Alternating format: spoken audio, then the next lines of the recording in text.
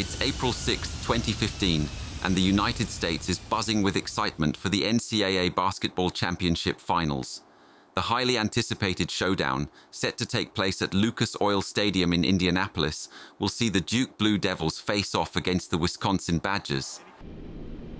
Just 130 nautical miles northwest of Indianapolis, at Central Illinois Regional Airport, pilot Thomas Hileman is preparing a Cessna 414 Chancellor for an eagerly anticipated journey. The owner of this twin-engine aircraft, Scott Bittner, has generously offered his plane for an adventurous trip with friends. Their destination is Indianapolis, where they will attend the highly anticipated NCAA Basketball Championship Finals, scheduled to start just after 9 p.m. that evening. Under clear daylight skies and favorable VMC conditions, November 789 Uniform Papa departs from Central Illinois Regional Airport in Bloomington. The flight to Indianapolis International Airport covers approximately 130 nautical miles and typically takes about 1 hour to complete in the Cessna 414. The pilot in command for this flight is 51-year-old Thomas Hileman, an experienced aviator with over 12,000 total flight hours. He holds an airline transport pilot license with an instrument rating.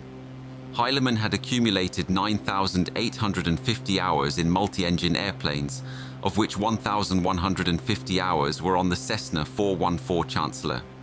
His extensive experience and notable achievements made him a highly esteemed career pilot. 42-year-old Scott Bittner, a resident of Towanda, Illinois, is the owner of the successful Bittner's Meat Company in Eureka. Scott is also affiliated with Make It Happen Aviation LLC, the company that owns this 1980 model Cessna 414. His willingness to offer his airplane for an adventurous trip with friends exemplifies his dynamic and caring nature. Among the passengers are 36-year-old Tori Ward, the associate head basketball coach at Illinois State University, 37-year-old Aaron Leach, the deputy athletics director, also at Illinois State University, 64-year-old Terry Strelo, co-owner of Pub 2 in Normal, Illinois, 45-year-old Jason Jones, a close friend and colleague, and 40-year-old Andrew Butler, a professional with strong friendship ties to the group. They all share a profound connection through both their professional careers and personal friendships, making their trip to the championship finals a testament to their close-knit relationships and shared passions. After an uneventful flight, Thomas Hileman skillfully lands the Cessna Chancellor at Indianapolis International Airport. Once the aircraft is parked and secured on the apron, the group eagerly makes their way to Lucas Oil Stadium, just a 20-minute drive away, ready to soak in the excitement of the championship finals.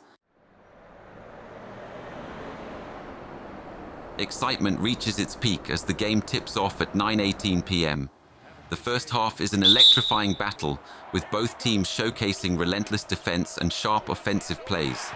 The crowd is on the edge of their seats as the Duke Blue Devils and Wisconsin Badgers exchange baskets in a thrilling back and forth. By halftime, the score is tied at 31 points each, setting the stage for an unforgettable showdown in the second half.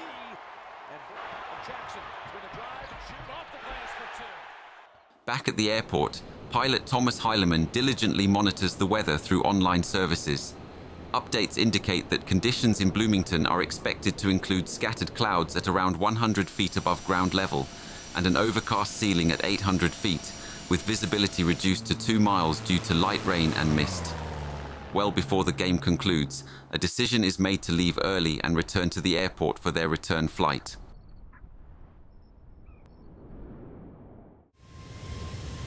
An IFR flight plan for the return journey is filed, and the group boards the airplane and settles in for the flight home.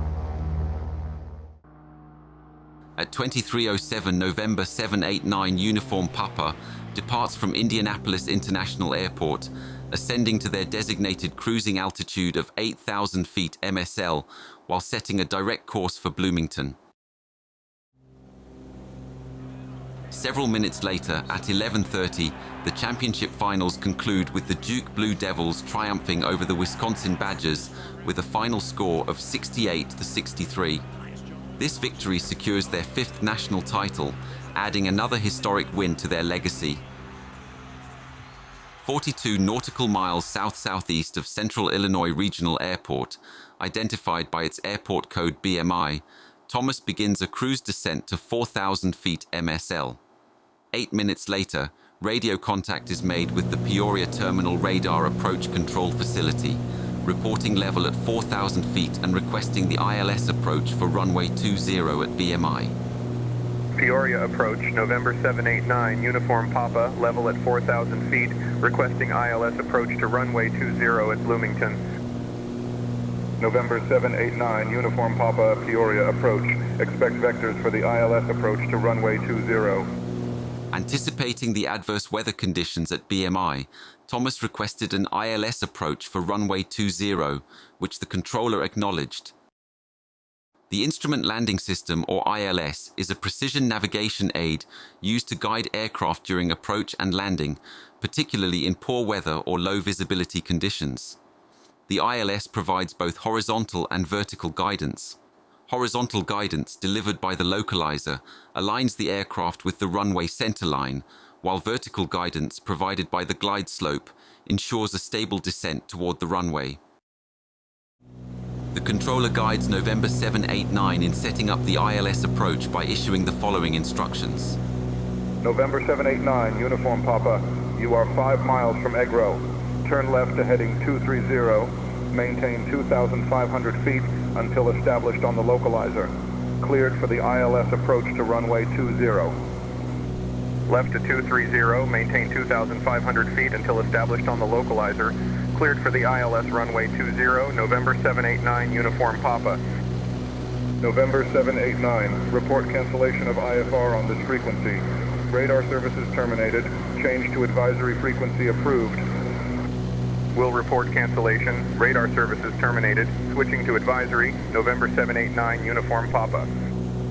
Bloomington traffic, November 789, Uniform Papa is approaching Egro on the ILS runway 20, full stop. This was the last known radio transmission from November 789 Uniform Papa. Continuing with the ILS approach, the anticipated sight of runway lights piercing through the nighttime fog never occurred. Instead, a heartbreaking tragedy beyond measure was about to unfold.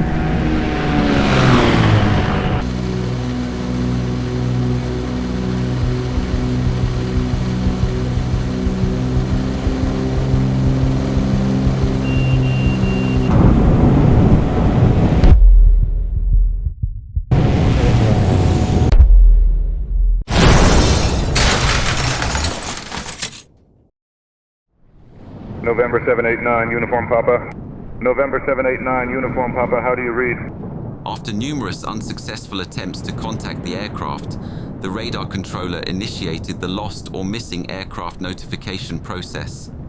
Approximately 3 hours later, at 3:15 a.m., the grim reality set in as first responders located the wreckage in a soybean field about 1.7 miles northeast of the Central Illinois Regional Airport. This morning, the National Transportation Safety Board is investigating the wreckage of a small plane that crashed on the way home from the NCAA Championship game.